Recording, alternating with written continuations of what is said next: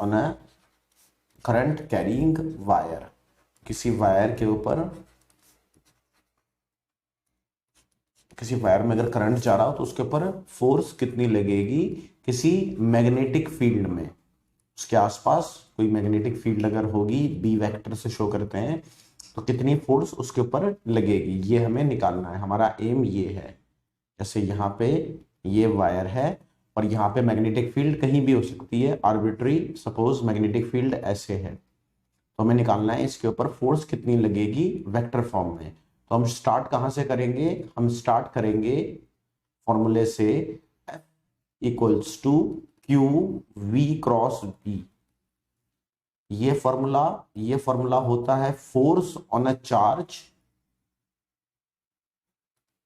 जिसकी velocity v होती है, b यहाँ पे मैग्नेटिक फील्ड। तो एक चार्ज पार्टिकल के ऊपर मैग्नेटिक फील्ड में फोर्स कितनी लगती है अगर वो v वेलोसिटी से जा रहा हो, तो उसका फॉर्मूला ये होता है।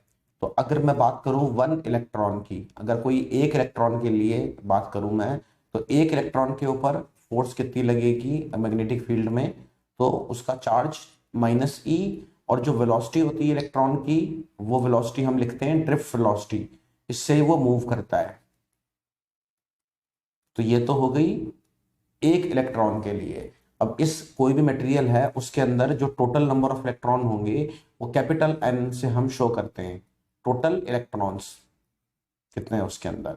अब कोई भी जो मटेरियल होगा वो मटेरियल, उसकी कुछ ना कुछ तो लेंथ होगी, उसको हम एल ले लेते हैं, और कुछ ना कुछ उसका एरिया ऑफ क्रॉस सेक्शन होगा जिसको अपन पाई आर स्क्वायर बोलते हैं। तो एन तो हो गया टोटल इलेक्ट्रॉन्स। तो यहां पे हम डिफाइन करते हैं छोटा वाला एन, इस छोटे वाले एन का नाम होता है इलेक्ट्रॉन डेंसिटी। तो इसका फॉर्मूला क्या होता है, इसका फॉर्मूला होता है total number of electrons per unit volume. छोटे वाले एन को डिफाइन ऐसे करते हैं, बहुत जगह पे यूज होगा ये। तो एन का फॉर्मूला यहाँ पे क्या बन जाएगा, वॉल्यूम, ये सिलेंडर है तो सिलेंडर का volume pi r square h, pi r square को ए लिख लिया और एच को एल लिख लिया। तो छोटे वाले एन और बड़े वाले एन में रिलेशन मिल गया।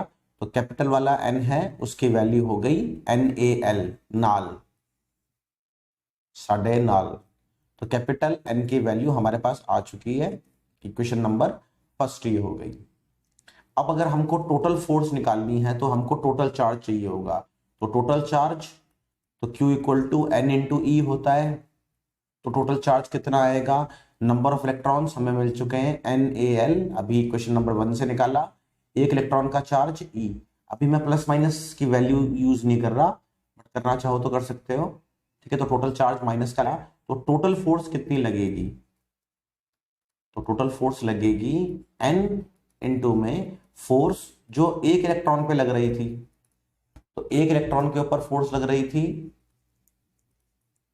उसकी वैल्यू कितनी आई, तो उसकी वैल्यू आएगी हमारे पास में एफ ई, इसकी वैल्यू थी माइनस ई, और यहां पे था वी डी क्रॉस बी,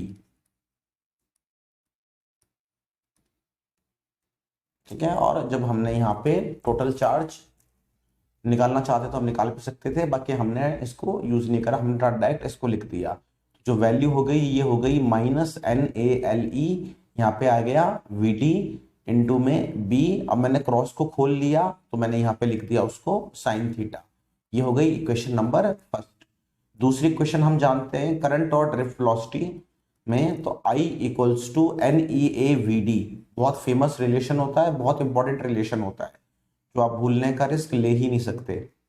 तो I equal to n e A v d, इससे तो N है यहाँ पे, E है, A है और VD है, कमी है तो L की कमी है, तो हम दोनों तरफ L से इसको मल्टीप्लाई कर देते हैं। तो L से अगर दोनों तरफ मल्टीप्लाई कर देंगे तो उसका फायदा क्या होगा, अगर मुझे वेक्टर में लिखना हो तो यहां तो मैं वेक्टर लगा सकता हूं क्योंकि ड्रिफ्ट वेलोसिटी अपने आप में एक वेक्टर है, तो वेलोसिटी के ऊपर तो वेक्टर लग जाएगा, पर करंट के ऊपर तो वेक्टर लगता नहीं है। इसीलिए करंट को वेक्टर बनाने के लिए हमने एल वेक्टर चूज करा है यहाँ पे, कि जो एल वेक्टर होगा ये किस डायरेक्शन में होगा, ये होगा करंट की डायरेक्शन में। करंट की डायरेक्शन को शो करने के लिए हमने यहाँ पे इसको एल वेक्टर माना है। तो I इंटू एल वैक्टर, इसकी वैल्यू हो गई एन ई ए एल और फिर एन में वी डी वेक्टर, वेलोसिटी का वेक्टर। तो यहां से आप टोटल फोर्स निकाल सकते हो। अब तो टोटल फोर्स की वैल्यू वो आएगी, ये जो टर्म आई माइनस का, यहाँ पे आप अच्छा जब हम इसको ऐसे लिखेंगे तो देखो, करंट अगर मान लो कोई इलेक्ट्रॉन है, वो इलेक्ट्रॉन यूं जा रहा है, तो इलेक्ट्रॉन यूं जा रहा है तो उसकी ड्रिफ्ट वेलोसिटी इस तरफ होगी, लेकिन जो करंट होगा वो तो उसके अपोजिट होगा। करंट तो हमेशा अपोजिट होता है इलेक्ट्रॉन के, इसीलिए जब वेक्टर में लिखूंगा तो यहाँ पे मुझे एक माइनस साइन और इंक्लूड करना होगा, क्योंकि करंट का डायरेक्शन हमेशा इलेक्ट्रॉन की ड्रिफ्ट वेलोसिटी के अपोजिट होता है। जैसे किसी कंडक्टर में अगर इलेक्ट्रॉन है और इलेक्ट्रॉन यूं जा रहा है तो उसकी ड्रिफ्ट वेलोसिटी इस तरफ है, तो इलेक्ट्रॉन यूं जा रहा है तो करंट का जो डायरेक्शन होता है वो हमेशा अपोजिट होता है इलेक्ट्रॉन के। तो इसीलिए जब तक हमने वेक्टर नहीं लगाया था तब तक तो रिलेशन ठीक था ये कि आपने इसको ऐसे लिख दिया, लेकिन जैसे ही आपने यहाँ पे वेक्टर लगाया एल वेक्टर, तो डायरेक्शन आ गया। तो यहाँ पे करंट का डायरेक्शन है, यहाँ पे वेलोसिटी का डायरेक्शन है, तो दोनों अपोजिट होते हैं, अपोजिट होते हैं, इसीलिए मुझे यहाँ पे माइनस साइन लगाना चाहिए था रिलेशन में।